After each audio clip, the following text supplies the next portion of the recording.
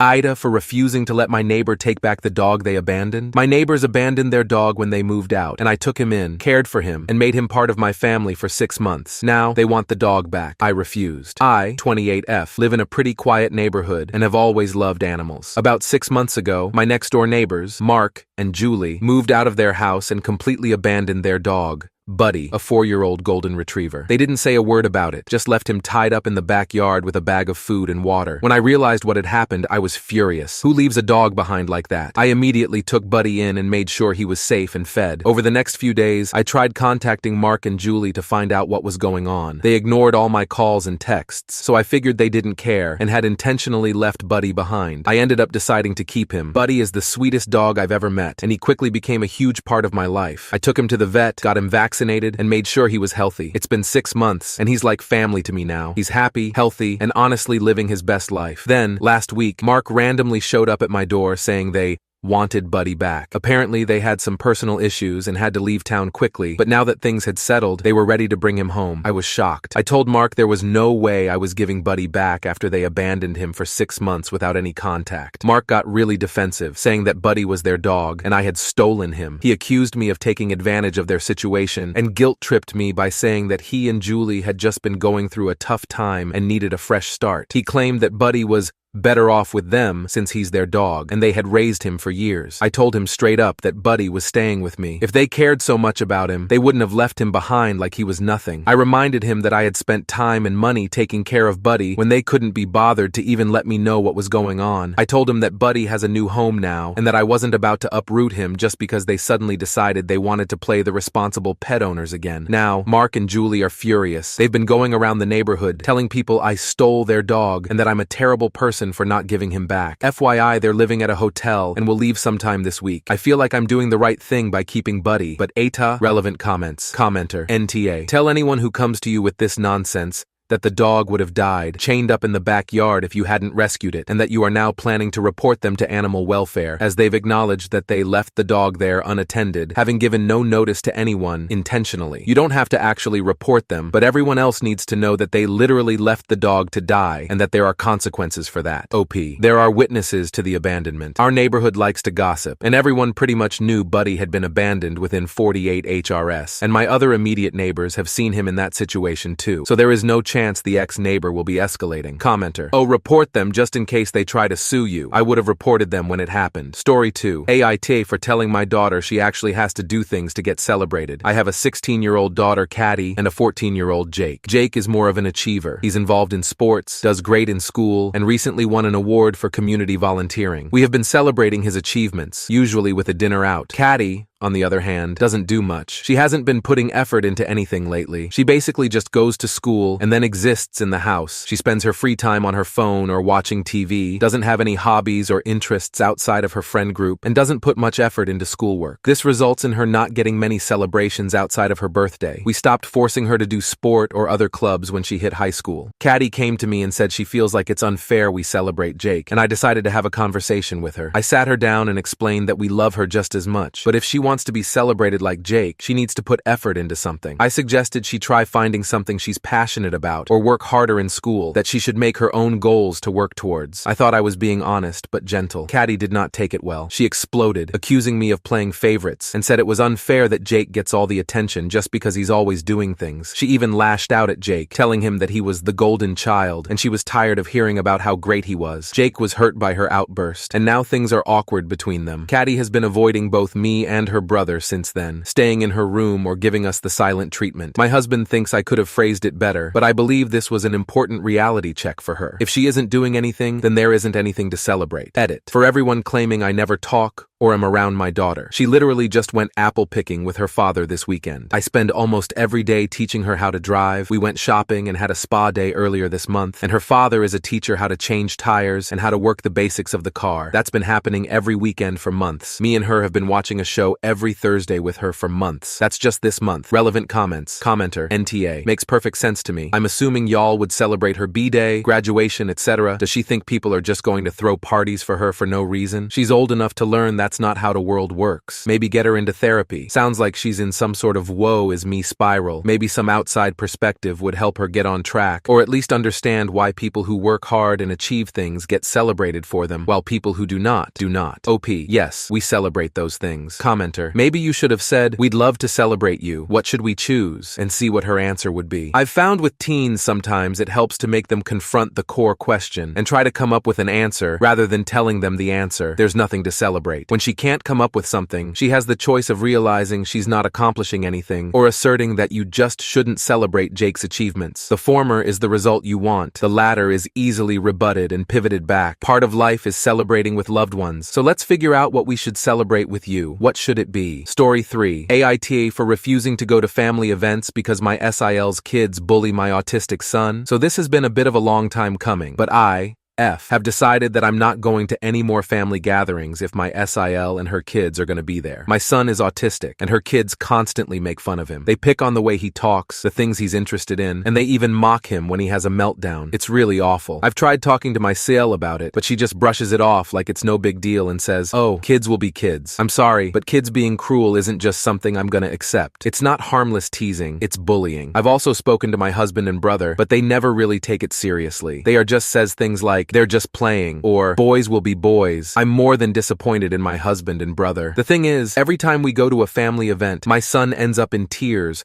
or completely shutting down because of how they treat him, and it's heartbreaking for me to watch him go through that over and over again. After the last gathering, where they made fun of him in front of everyone and no one did a damn thing, I decided enough is enough. I told my husband that I'm not going to any more family events if my SIL and her kids are going to be there. I just can't put my son through that anymore, and I'm done pretending like everything's fine. Now everyone's mad at me. They're saying I'm causing drama and being overprotective, and my SIL even said I'm being too sensitive. My husband thinks I'm overreacting and that I should just let it go for the sake of family harmony. But I don't care about keeping the peace if it means my son keeps getting hurt. AITA for refusing to go to these gatherings until something changes? Relevant comments. Commenter. Definitely NTA. Your son's well-being comes first, and if no one's stepping up to protect him, you're right to take a stand. Family harmony shouldn't come at the cost of his mental health. Commenter. You're trying to protect your son who is being bullied and hurt. By not pulling her kids up, your SIL is teaching her kids that it's fine to make others feel horrible. By not standing for it, you're teaching your son that this behavior is in fact not okay, and that you're there to believe him,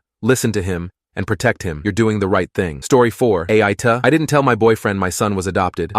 34F. Have a 10-year-old son we'll call Arthur. I adopted him when he was 2, as his godparent, after his mother passed away and his father was never in the picture. Arthur has always had trouble making friends, but he made a great one this past year. A 10-year-old boy in his grade, who we'll call Elliot. I didn't plan on it, but Elliot's father, 38M, who we'll call Edward, and I became very close. We come from very different backgrounds. Edward grew up in a stable, high-income home, mostly raising Elliot in Europe until about a year and a half ago when they moved to our area. I grew up in a poor family and was raised by my uncle after my mother died. I had a rough childhood and was involved in crime when I was younger, but I've been on the straight and narrow for Arthur's sake. I didn't want my relationship with Edward to affect Arthur and Elliot's friendship, but after agreeing that the boys would always come first, we began loosely dating about a year ago. A few weeks ago, Arthur got really sick while Edward was watching him. I was an hour away fixing something at a friend's house, and Edward took Arthur to the ER when things got worse. His appendix had burst. When I got there, Arthur was in surgery, and he went into anaphylactic shock due to the anesthetic. The doctors started asking about family medical history, and I couldn't provide any information since I'm not biologically related to Arthur. I never knew his mother's family. Edward tried to help, but I was panicked and lashed out, saying that Arthur wasn't my biological son. Edward walked away to give me space. Arthur's fine now, but he had some complications and spent a few weeks in the hospital. Since then, Edward and I have barely spoken because of an argument that followed. Edward was upset that I hadn't told him Arthur was adopted. I can understand why, but it never came up, and I didn't see the point in mentioning it. I wasn't hiding it, but I didn't have concrete plans to tell him either. The situation escalated, and we both said hurtful things. I brought up Elliot's mother, who I knew nothing about. I didn't really care about her, but I made it seem like I did. From what I knew, Edward had raised Elliot on his own. I feel like our situations are similar, but Edward insists they're different. He says it's relevant that Arthur isn't biologically mine, but I don't think it changes anything. I didn't want Arthur to know he was adopted before he could fully understand. We've never had an argument like this before. The only time we had a similar conversation was when I told him about my past. I felt like that was relevant because it directly involved me. He was understanding then, and there wasn't nearly as much conflict. Now I'm unsure if not telling him about Arthur was the right decision. He's a kind man, but this caught me off guard, and we both said things we regret. AITA for not telling my boyfriend my son is adopted? Relevant comments. Commenter, NTA. At this point, Arthur is your child. You are his mom. The details are nobody else's business. Besides, it's not like you hid this from Edward. It just never came up, because it doesn't sound like you even think about it anymore, which makes you a great adoptive mother. I mean, he's been in your life almost a decade, and I suspect that you aren't thinking every day, adopted.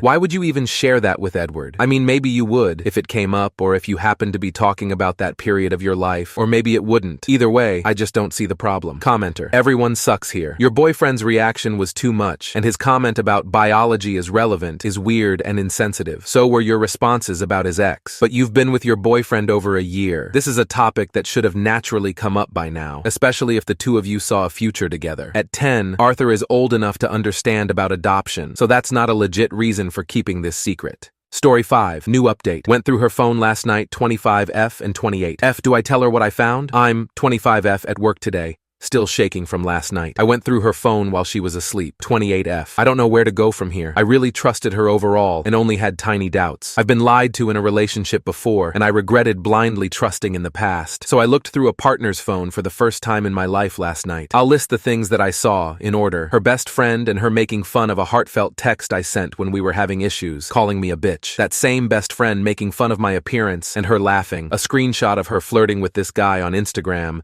and her asking for him to fly her out to see him. I checked Instagram, and there was flirting going back to when we first started dating. They had previously been together. It could be a joke, but he was also liking thirst traps that she posted on her close friends and calling her sexy. Her saying, "He wants me so bad," about her roommate's boyfriend, who she had slept with before in a threesome with her roommate. I have reasons to be suspicious of them sleeping together recently. I had a panic attack last night and didn't get any sleep. I will be reading and responding to every reply. I don't know how to deal with this. Do I tell her what I saw? Update. I have to start off by saying thank you to everyone who commented. I was not expecting to get that much feedback. I, 25F, kept it a secret for about 2 weeks. I felt insecure. I cried. I had no idea how much worse everything would get. I did more digging and found out that she, 28F, had been cheating on me with both of her roommates, and potentially with 3 other people who have not yet been confirmed. I hinted in subtle ways that I knew what was happening. She started criticizing me in every way imaginable, to the point of verbal abuse. I drew the line at her screaming at